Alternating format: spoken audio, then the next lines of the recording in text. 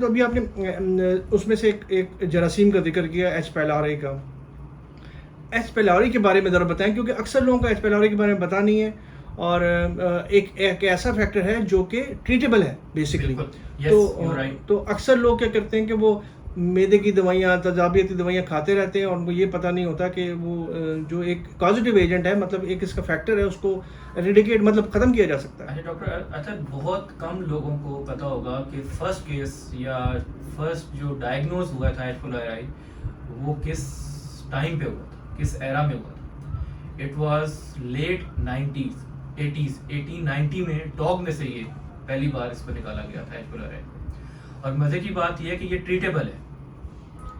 یہ ایسے ٹریٹیبل ہے کہ اس کی جو میڈیسن اویلیبل ہیں، جو آپ اس کو ٹریٹ کریں، دیر آر 80 to 90% چانسز کہ یہ آپ کو ایک سمٹم فری ہو جائیں گے.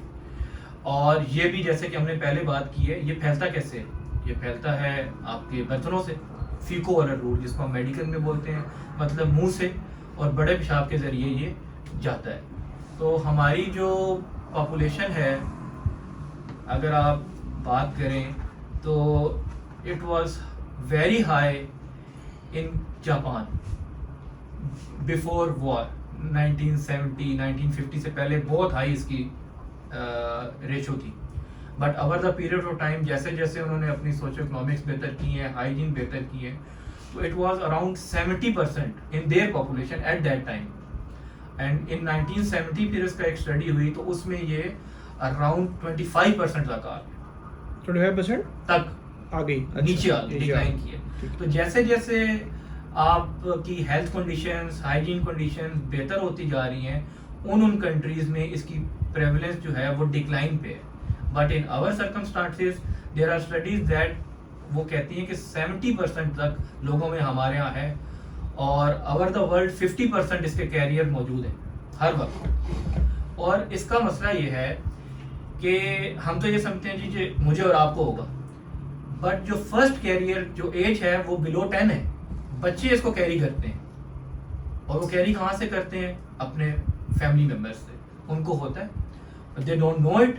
اور اگر کیونکہ ٹیسٹ بھی اس طرح وہ لوگ نہیں کرواتے، تو وہاں سے دے کیری اٹ. اور پھر over the period of time بچوں میں تو بعض اوقات اسپونٹینیس آپ نے باڈی اس پہ ریکوری بھی کر لیتی ہے. بٹ جو سیکنڈ ریکرنس ہوتی ہے، دوبارہ آپ کے باڈی میں گیا تو دین اٹ اسٹیز دیر. اور پھر باڈی اس کے خلاف کچھ قوت مدافعت بناتی ہے، کچھ ٹرائی کرتی ہے اس کو نکالنے کی، بٹ اٹ اسٹیز دیر. مجھے یہ بتائیں کہ لوگوں کو پتہ ہے ایچ پیلوری، جیسے میرا نہیں خیال کہ جیسے پہلے بھی کہہ رہا ہوں کہ ایچ پیلوری یا جراثیم تیزابیت کی وجہ یا ڈسپیپسیا کی وجہ یا بدہضمی کی وجہ ہے. آپ کے اپنی او پی ڈی میں کتنے لوگ ہیں جب آپ یہ بتاتے ہیں تو وہ حیران ہی ہوتے ہوں گے؟ میرے خیال آدھے لوگ تو ان کو تو پتہ ہی نہیں ہوتا ہوگا.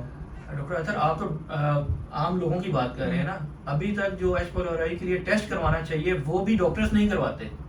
ڈاکٹر نہیں کرواتے، جو کہ ہونا چاہیے. بہت کم لوگ کرواتے ہیں. میکسیمم وہ اس کی سیرولوجی کرواتے ہیں. مطلب جس طرح ٹائیفائڈ کی سیرولوجی آپ نے دیکھا ہوگا، لے کے آ جاتے ہیں مجھے ٹائیفائڈ ہو گیا، اس طرح ایچ پیلوری کا ٹیسٹ لے کے آ جاتے ہیں، دیکھیں جی ڈاکٹر صاحب مجھے کسی نے بتایا جی آپ کے یہ معدے کے اندر جراثیم ہے. اب سیرولوجی کا یہ مطلب ہے کہ کسی ایک ٹائم پہ آپ اس بیکٹیریا کو ایکسپوز ہوئے، آپ کے اندر وہ گیا ہے، اب آپ کو نہیں پتا کہ اس وقت وہ ایکٹیو ہے یا نان ایکٹیو. تو اس کے لیے جو ٹیسٹ ہونے چاہیے وہ بھی ڈاکٹر نہیں کرواتے. تو ہمارے یہاں بہت کم ایجوکیشن ہے اس بیکٹیریا کے حساب سے، جیسے باقی ساری چیزوں